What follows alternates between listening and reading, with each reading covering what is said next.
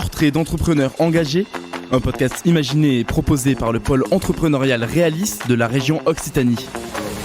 Benjamin Clouet a créé EcoSec pour répondre à ce qu'il appelle le dogme du tout à l'égout. Des solutions de toilettes sèches et de revalorisation des déchets, inspirées par son parcours personnel d'une grande richesse.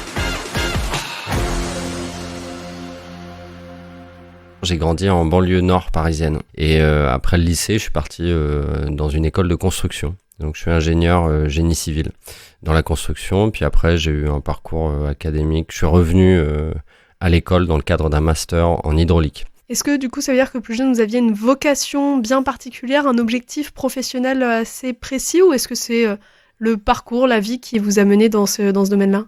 Avec le recul, je suis assez en colère par rapport à ce qu'on apprend dans les écoles de construction.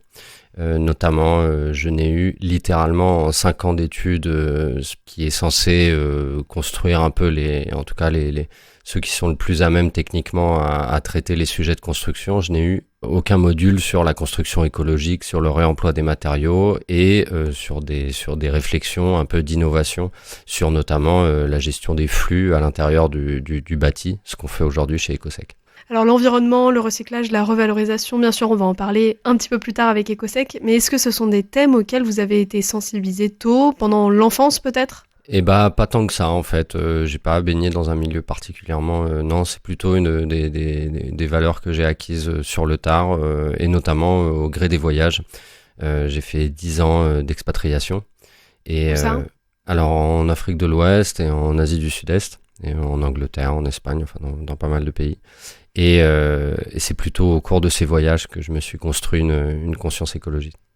Comment, pendant qu'on voyage, on construit une conscience écologique ? Parce que les voyages, ils sont assez variés. Est-ce qu'on prend un peu de chaque pays pour se construire justement une nouvelle opinion ? Alors sur une thématique moi qui m'intéresse particulièrement, c'est les basses technologies qu'on peut appliquer à beaucoup de domaines qui nous entourent. Et clairement de voyager dans des pays un peu moins riches ou en tout cas qui ont moins de moyens, qui sont moins dans une forme d'abondance, voire d'opulence pour le cas de notre monde occidental, et en fait c'est en situation miroir, on analyse tous les gâchis de notre société et toutes les irresponsabilités vis-à-vis de notre comportement par rapport aux ressources qu'on a en abondance. Et c'est donc dans ces pays où clairement, dès qu'on manque, en plus ça fait appel à beaucoup d'ingéniosité et puis un rapport à la nature aussi. Votre histoire, c'est EcoSec. Ça a été fondé quand et c'était quoi l'idée de base d'EcoSec ? Alors l'idée de base, elle était assez simple. C'était que on utilise, en tout cas les toilettes sèches étaient présentes il y a 10 ans sur des sites isolés où c'était compliqué de ramener un raccordement et anecdotiquement sur les festivals. Nous, on s'est penché sur la question urbaine, considérant qu'il y avait 80% des Français qui vivaient en ville. Et donc, comment on arrivait à porter tout le concept de toilettes sèches, de séparation des flux, donc d'économie d'eau et de valorisation de nos déjections dans l'agriculture, en tout cas dans un cycle naturel, au niveau des villes. Et c'est là-dessus qu'on s'est lancé. Alors, une fois l'idée arrivée, comment on crée une entreprise ? Quels sont potentiellement les obstacles ? Est-ce que vous avez fait face à des a priori aussi ? Alors je dirais qu'on s'est mis toutes les difficultés d'un coup devant nous parce qu'en fait, une chose est d'ouvrir une entreprise avec un produit qui existe déjà et on va juste lancer une production et se positionner entre guillemets. Donc il y a juste une question de positionnement, de communication, mais on sait que c'est quelque chose qui va potentiellement marcher. Dans le cas d'EcoSec, on est parti sur quelque chose qui n'existait pas, des toilettes sèches en ville, et en se battant contre un paradigme qui a la vie très très dure, qui est le paradigme du tout à l'égout. Aujourd'hui, appuyer sur un bouton et évacuer ses excréments avec de l'eau potable, c'est un geste qui maintenant est de 3, 4, 5 générations. C'est quelque chose qui fait partie de notre quotidien, qui est tellement quelque chose d'ancré, de normal, que de se battre contre ça, on s'attaquait à une montagne, mais avec un peu l'insouciance du démarrage et puis un peu l'idée de dire s'il faut bien que quelqu'un mette la première pièce dans la machine, quoi. On a démarré une boîte c'était assez prétentieux, mais à la fois il faut un peu de folie pour en tout cas c'est ça aussi qui nous excitait, mais c'était mission impossible clairement, dès le début c'était marqué partout, mais c'est ça qui nous plaisait.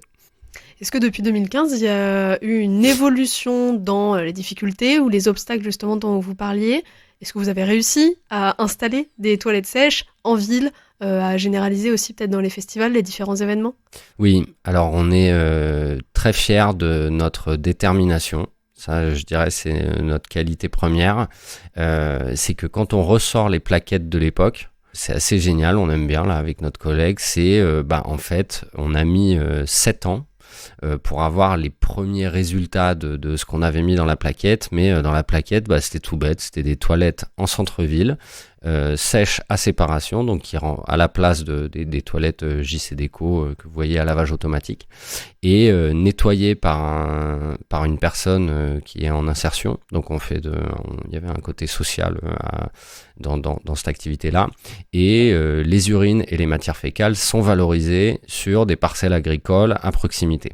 Et donc ça, c'est la première qu'on a réussi, c'était en 2020. Donc ça, c'était notre référence de toilettes publiques. Ensuite, notre deuxième projet, c'était de rentrer à l'intérieur des bâtiments. Et le bâtiment alors on a une belle référence qui est à Dol de Bretagne, parce que c'est 70 habitants sur 25 logements. C'est des immeubles de 3 niveaux dans un habitat participatif, et là entièrement en toilettes sèches qu'on a pu installer, avec récupération des urines qui vont sur un lycée agricole à proximité. Et donc ça, c'était il y a 3 ans l'inauguration, en 2021.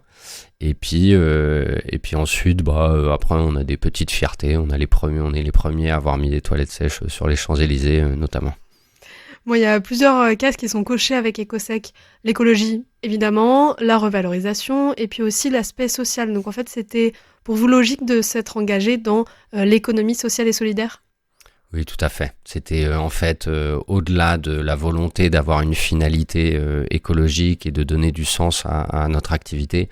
Il y avait 2 grosses colères que j'avais accumulées, et que mon collègue aussi, qui n'est pas là pour parler, mais qui fait complètement partie intégrante. C'était une aventure collective, c'est pas du tout quelque chose que j'ai monté seul. La première colère, c'était sur les gouvernances dans les entreprises.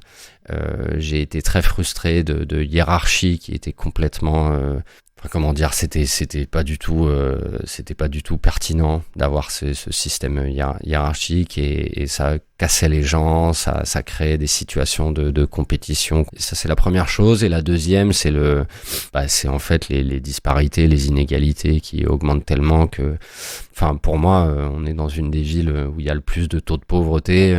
Il faut absolument que chaque entreprise, en tout cas chaque créateur d'emploi, pour moi, fasse sa part du travail. Donc c'était tout à fait normal, c'est venu un peu sur le tard qu'on devienne entreprise d'insertion. Donc autant sur la gouvernance interne que sur le type de profil qu'on embauchait, ça a été tout de suite au cœur du projet Ecosec, oui, tout à fait. C'est quoi votre quotidien aujourd'hui, vous et votre collaborateur, du coup, en tant que dirigeant d'Ecosec ? On imagine qu'il y a de la variété à la fois dans ce que vous proposez et puis dans votre quotidien, dans votre travail. Quand on démarre sur quelque chose qui n'a jamais existé, en s'attaquant à un paradigme aussi fort, et en fait, notre seule option de survie était de lancer 300 cannes à pêche dans tous les sens. Et si on avait de la chance, de temps en temps, il y en avait une qui prenait. Et alors on a été quand même assez largement accompagné par des projets d'innovation. Donc il y a des appels à projets qui sont par différentes institutions, que ce soit la région ou le département, la métropole ou un national. Donc on a pu bénéficier de ces projets-là qui nous ont permis un peu de pouvoir présenter nos idées de manière concrète. Mais la vie de gérant, c'est très frustrant parce qu'il y a 80% de travail dans le vent où on lance des cannes à pêche qui n'aboutissent pas. Et alors, des fois, ces cannes à pêche, on les a lancées, puis 3 ans plus tard, en fait, dans le cadre de rencontres qu'on avait fait, des gens ont évolué, nous rappellent, donc c'est jamais tout à fait perdu, mais il y a quand même une grande partie de travail pour les entreprises innovantes qui est dans d'essayer de trouver le premier client sur un concept qu'on a développé. Et ça, c'est très énergivore, et avec le temps, c'est vrai qu'on fatigue un peu. On aimerait bien, en tout cas, faire une passation, essayer de trouver des jeunes je dis des jeunes ou des moins jeunes, mais pour avoir ce niveau d'énergie pour ouvrir des portes et défricher, et de nous concentrer plutôt sur aujourd'hui des tâches de passage à l'échelle et sur des choses dont on sait que ça marche et sur lesquelles on a des références, et d'essayer d'arrêter de réinventer la poudre, ce qui a été très utile, je pense, pour le secteur, parce que c'est en réinventant la poudre qu'aussi en se cassant les dents et en diffusant les retours d'expérience, notamment, on apprend beaucoup plus quand on se casse les dents que quand ça glisse, quoi. Et donc on essaye d'en faire profiter tout le secteur et de tout mettre en ligne sur notre site. Ma dernière question, elle sera pour vous-même. Est-ce que vous avez un message pour le jeune vous, pour le petit vous, qui n'a pas encore toute cette colère, qui n'a pas encore toute cette vocation? Qu'est-ce que vous aimeriez lui dire? Moi, je pense que dans tout ça, c'est une lutte constante contre la résignation.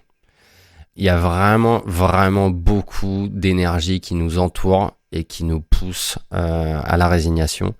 Et en fait, c'est ça le mot de notre temps, en tout cas en France, de la sensation que j'en ai aujourd'hui. Il faut pas lâcher l'affaire, et je pense que c'était à refaire. Franchement, on le referait. On a passé énormément de temps de plaisir. Je changerais un reste déterminé. Et essaye de garder cette détermination le plus longtemps possible. Donc prends soin de toi et du groupe qui t'entoure pour ces différentes aventures, et pour garder cette détermination intacte, parce que c'est le nerf de la guerre. Merci à vous pour ces jolis mots, Benjamin Clouet. Je rappelle que vous êtes le cofondateur et le gérant de EcoSec. Merci à vous. Merci à vous pour cette invitation.